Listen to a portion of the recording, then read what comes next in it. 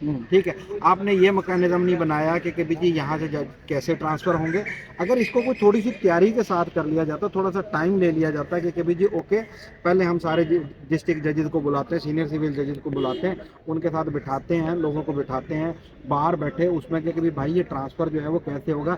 فائلیں safely یہاں سے وہاں کیسے جائیں گی, کس ضلع میں جائیں گی, ان کے کیا اچھے پیرامیٹرز جو ہے وہ طے کر لیے جاتے. سینئر سول جج آپ کی پروموشن پوسٹ ہے, ٹھیک ہے, وہ ڈائریکٹ فل اپ نہیں ہو سکتی. اب سینئر سول ججز کی تعداد جو ہے وہ کیسے بڑھائیں گے, نئی عدالتوں کا قیام کہاں پہ عمل میں لایا جائے گا. اچھا کون سا ضلع جو ہے, جیسے اب بظاہر جو ہے ہمارا ڈسٹرکٹ ویسٹ, ملیر اور ساؤتھ, یہاں پہ سب سے زیادہ کیسز ٹرانسفر ہو گئے, ٹھیک ہے, وہاں پہ جو ہے وہ آپ کیا انتظامات کر رہے ہیں. تو اس لیے جو ہے وہ ابھی یہ ایسا سمجھ لیں گے کہ بھی آپ آنے والے 2-3 سال یہی توقع رکھیں کہ آپ کے پاس وہی حال ہوگا کہ اب ہائی کورٹ کی بجائے آپ لوگ ڈسٹرکٹ کورٹ سے لوگوں کی بات سنیں گے کیونکہ جی سنوائی نہیں ہو رہی, کیونکہ وہاں پہ ابھی سینئر سول ججز کہہ رہے ہیں کہ ہمارے پاس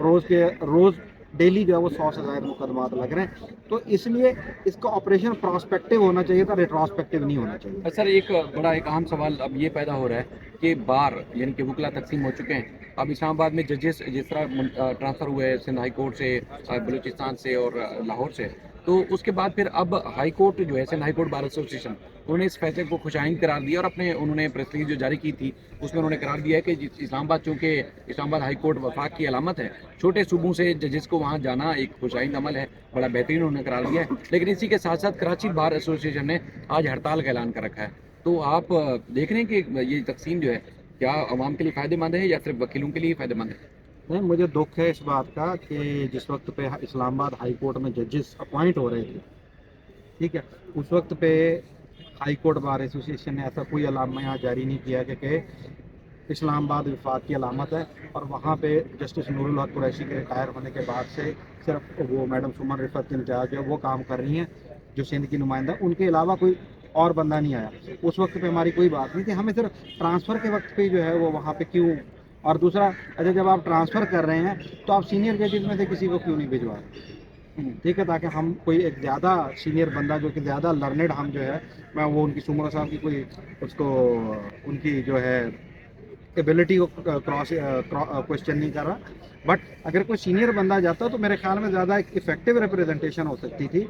ٹھیک ہے. تو وہ اس میں اچھا اب آ گئی وکلاء میں تقسیم کی بات. کراچی بار کا اعلامیہ جو ہے وہ متفقہ ہے, ٹھیک ہے. ہماری جو اطلاعات ہیں سندھ ہائی کورٹ بار میں یہ پریزیڈنٹ صاحب نے جو ہے جو عمومی طور پہ روایتی طور پہ وہ کیا کہتے ہیں وہ مختلف اقدامات کو سراہتے رہتے ہیں, انہوں نے اس کو سراہا ہے. تو ابھی یہ دیکھنا باقی ہے کہ کبھی جی کیا یہ واقعی پوری بار کی رائے ہے, ٹھیک ہے. اور دوسرا دیکھیں, اب اس کو ہم وکلاء کی رائے تک تسلیم نہیں کر سکتے, ٹھیک ہے. جب اسلام آباد کے اپنے وکلاء نے اس فیصلے کو تسلیم نہیں کیا تو ہمارے خوش آئند قرار دینے سے یا نہ دینے سے کوئی فرق نہیں پڑتا. باقی جی دیکھیں قانون ہے, ٹھیک ہے, وکلاء کے تقسیم ہونے یا نہ ہونے سے فرق نہیں پڑتا. ایوب خان نے بھی ایک کانسٹیٹیوشن بنایا تھا اور الٹیمیٹلی وہ اسی کانسٹیٹیوشن کی وجہ سے وہ بھاگ گئے. جب تک قانون ہے ہماری امید چل رہی ہے. اچھا ایک آخری سوال, جو سندھ ہائی کورٹ میں 12 ججز تعینات ہوئے ہیں, جو 49 اس سے پہلے نام گئے تھے ان میں سے ایک نام آپ کا بھی تھا, تو کیا کچھ ہوا کہ ایسے ججز کو لگا دیا گیا جس میں خاص طور پر سینئر وکلا میں تاثر ہے کہ پیپلز پارٹی نے سندھ ہائی کورٹ کو فتح کر لیا؟ اچھا شاید بھائی میں اس میں جو ہے وہ اس لیے کچھ نہیں کہوں گا کیونکہ آپ نے جیسے بتا دیا کہ میں خود ایک کینڈیڈیٹ تھا, ٹھیک ہے, اور میں فار سم ریزن جو ہے وہ میں نہیں ہو سکا. تو اس لیے میں یہ سمجھتا ہوں میں جو بھی رائے دوں گا چاہے وہ صحیح بھی ہوگی نا, وہ باعث تصور کی جائے گی. تو اس لیے میں اس پہ جب آپ کا نام نہیں کنسیڈر ہوا یا آپ کا نام اس لسٹ میں نہیں تھا تب آپ کی فیلنگ کیا تھی ویسے؟ نہیں شاید بھائی اب پھر وہی بات, اس کو ہم ڈائریکٹلی یا انڈائریکٹلی, ٹھیک ہے, اب آئندہ جب کبھی اجلاس ہوگا اگر اس میں میرا نام نہیں ہوگا پھر میں رائے دوں گا. میرا خیال ہے ذاتی طور پر یہ مناسب نہیں لگتا کہ بھی ایک پروسیس جس میں کامیاب نہیں ہو سکتا تو اب میں اس کو ڈسپیوٹ کروں گا, نہیں جی اس میں سیاسی تھے, یہ تھا وہ تھا. میرا خود کا نام ایک سیاسی پارٹی نے دیا تھا, ٹھیک ہے جی, ایک سیاسی پارٹی کا نمائندہ نے دیا تھا. تو اسی وجہ